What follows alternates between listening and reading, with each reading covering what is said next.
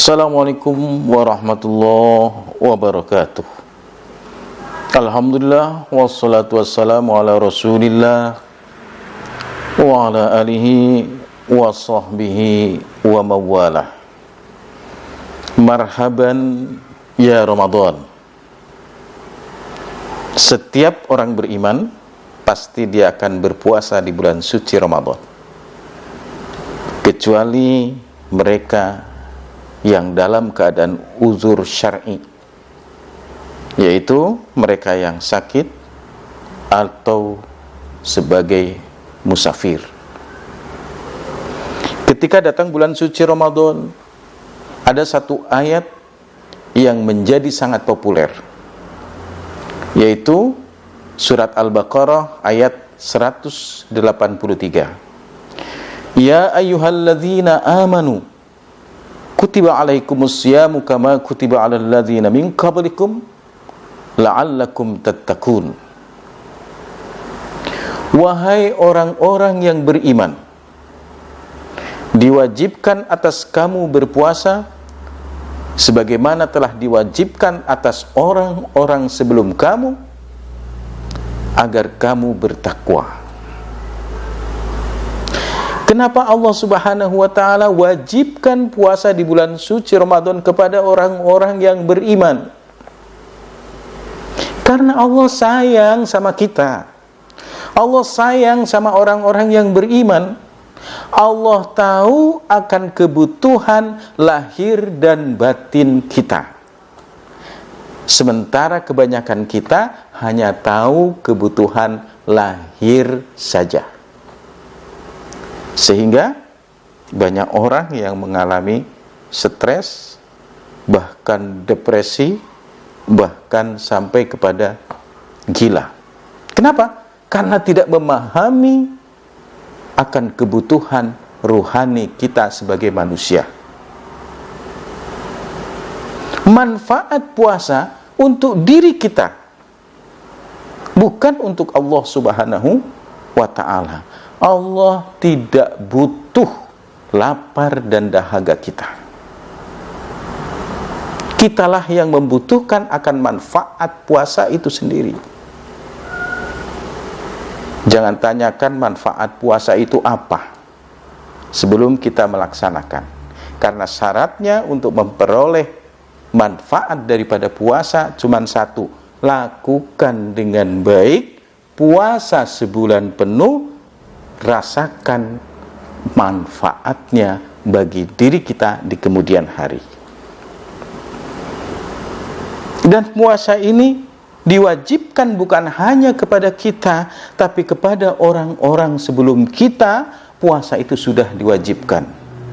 Bahkan puasa adalah ibadah yang paling tua. Nabi Adam berpuasa setiap bulan minimal puasa 3 hari, tanggal 13, 14, dan 15, atau yang dikenal dengan istilah Ayyamul Bait. Kemudian ada lagi misalnya Nabi Nuh,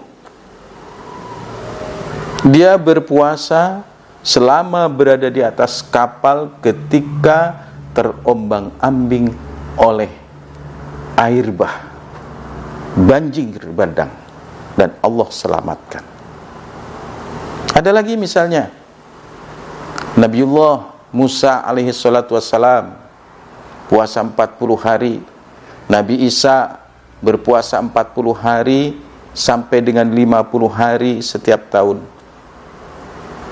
Kemudian ada lagi Nabi Yusuf, dia berpuasa selama di penjara, dan dia keluar kemudian menjadi orang yang sangat-sangat mulia, menjadi seorang raja. Ada lagi, konon seorang filosof yang bernama Plato dan juga Socrates, mereka itu ternyata memiliki kebiasaan berpuasa Bahkan Sokrates mengatakan, pada diri kita ada penyembuh, maka bantulah dia untuk menyembuhkan dirinya dengan berpuasa. Saudaraku semua, setelah kita puasa dengan baik, maka akan terbentuk jiwa muttaqin. Itulah tujuannya, menjadi orang yang bertakwa kepada Allah Subhanahu wa ta'ala. Adalah derajat yang tertinggi di hadapan Allah Subhanahu wa ta'ala, adalah orang yang bertakwa. Bahkan surga yang luasnya seluas langit dan bumi, uiddat lil muttaqin, disiapkan untuk orang-orang yang bertakwa. Maka berpuasalah, niscaya yang sedih menjadi bahagia. Berpuasalah, insya Allah yang sempit menjadi luas, yang berat menjadi ringan, yang susah menjadi gembira.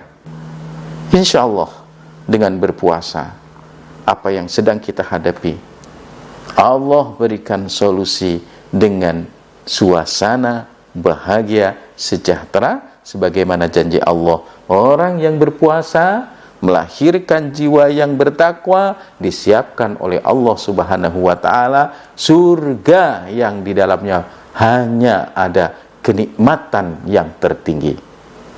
Moga-moga ada manfaatnya. Wassalamualaikum warahmatullahi wabarakatuh.